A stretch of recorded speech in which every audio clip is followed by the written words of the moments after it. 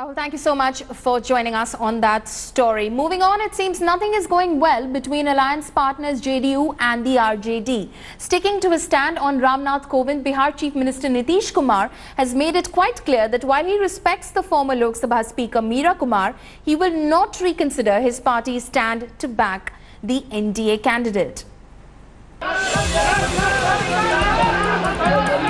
RJD Chief Lalu Yadav felicitating Bihar CM Nitish Kumar at an iftar party.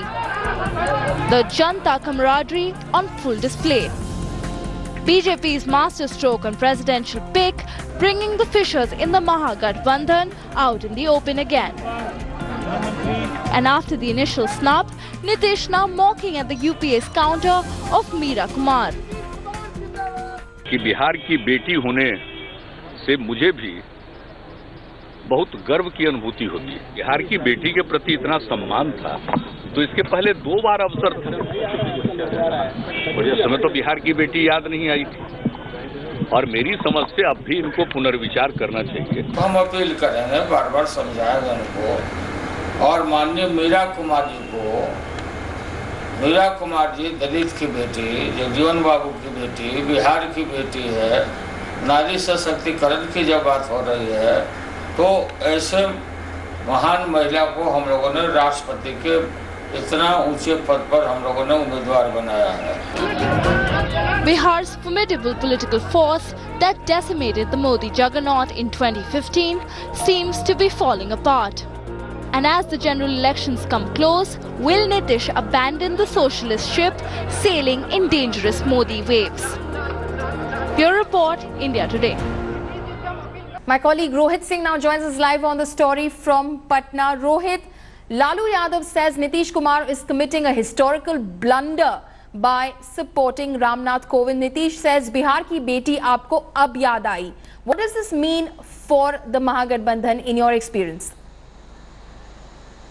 Well, Paulami, let me tell you, there are frictions in the Mahagathbandhan, and it was very much evident in yesterday's iftar party that was hosted by Lalu Prasad Yadav, because for 30 minutes Nitish Kumar was there sitting with Lalu Prasad, but there was hardly any warmth in the relationship that could be seen, and both leaders hardly spoke to each other, though they just said exchange pleasantries. And Nitish Kumar also was hugging at the end while he was coming out of Lalu's residence. But just minutes after he came out of Lalu's residence, he ripped apart the UPA candidate Meira Kumar, and he said that the choice of the UPA was extremely wrong, and her defeat was almost certain.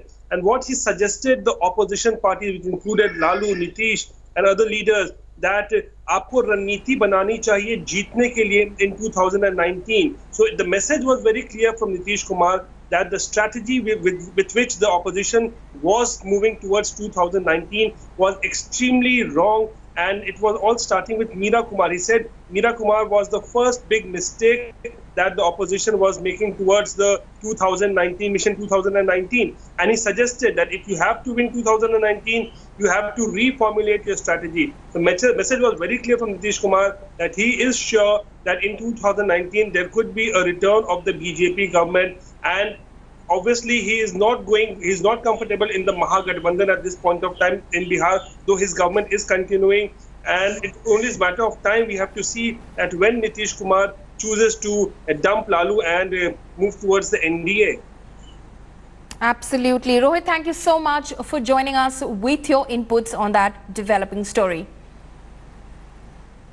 Security for Pakistan cronies is back in focus after the lynching of a police officer in Kashmir, and this is the biggest acknowledgement of the most pressing issue. And it appears time now is running out for separatists. SP Waid, the topmost police officer in Jammu and Kashmir, has admitted on India Today that the security cover to separatists must be withdrawn immediately. Waid said the role of Mirwais, who is said to have been present at the time mobs lynched the senior police officer, is being investigated. Reacting to reports of Mirwais not offering a helping hand to the police officer, the police chief said any human being would have extended whatever help was possible on seeing an injured person lying in a pool of blood. Why should the Jammu and Kashmir police be protecting people like Sayyid Ali Shah Gilani, people like Mirwais Omar Farooq? They very clearly care little for the Indian state. They care very little for the safety of your boys. Why should we be spending crores of rupees, and leave aside the money, why should we be risking the lives of our boys to protect these people who care so little about us?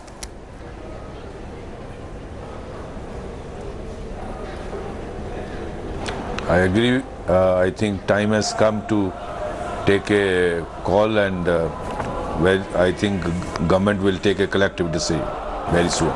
That's an important point you're making, Mr. Waid. That's a very, very important point you're making. You're saying, as the man responsible for the safety and welfare of the Jammu and Kashmir police family, you believe that the time has come for a decision to be taken on whether the Jammu Kashmir police should continue protecting these people who want to give sermons when there's a policeman lying dead who so little care for our men. You're saying the time has come to review whether they should be protected at all?